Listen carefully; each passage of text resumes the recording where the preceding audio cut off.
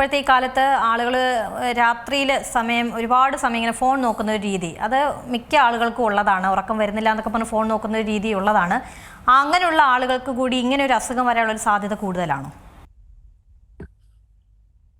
തീർച്ചയായിട്ടും screen time വലിയൊരു കാരണമാണ്. ഇപ്പോ നമുക്കെല്ലാവർക്കും ഒരു മൊബൈൽ അഡിക്ഷൻ നമുക്ക് എല്ലാവരിലും ഉള്ളത് കൊണ്ട് തന്നെ സ്ക്രീൻ ടൈമിൽ നമ്മൾ കൊടുക്കുന്ന ആ ഒരു ടൈം പീരീഡ് വളരെ നമ്മൾ ശ്രദ്ധിക്കണം. ഇപ്പോൾ ആധുനികമായിട്ട് ഇപ്പോ നമുക്ക് പറഞ്ഞു വരികയാണെങ്കിൽ ഏറ്റവും കണ്ടുവരുന്ന ഒരു ഒരു റൂൾ എന്ന് പറയുന്നത് 10-3-2-1-0 ഈ ഒരു പോളിസിയെ നമുക്ക് ഫോളോ ചെയ്യാൻ സാധിച്ചാൽ വളരെ നല്ലതായിരിക്കും.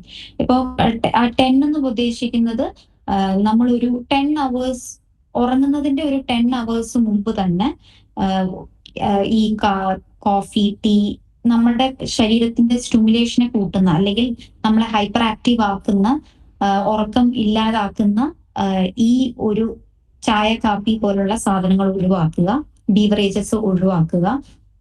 ഇതിനകത്ത് 3 എന്ന് പറയുന്നത് 3 മണിക്കൂർ മുമ്പ്, ഉറങ്ങുന്നതിന്റെ 3 മണിക്കൂർ മുമ്പെങ്കിലും രാത്രിയിലെ ഡിന്നർ കഴിക്കുക.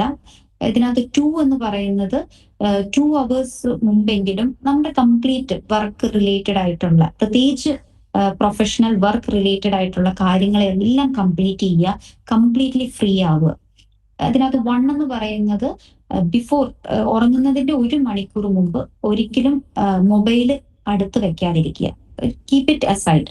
നമുക്ക് കേൾക്കാൻ പാകത്തിന്, എന്തെങ്കിലും എമർജൻസി വന്നാൽ മാത്രം എടുക്കാൻ പാകത്തിന് ദൂരെ വെക്കുക, നമ്മുടെ അടുത്ത് വെക്കാതിരിക്കുക.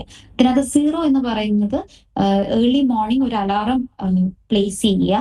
ആ അലാറം അടിക്കുമ്പോൾ ഒരിക്കലും ഞാനത് സ്നൂസ് ചെയ്യില്ല എന്നുള്ള ഒരു ഉറപ്പ് വരുത്തുക.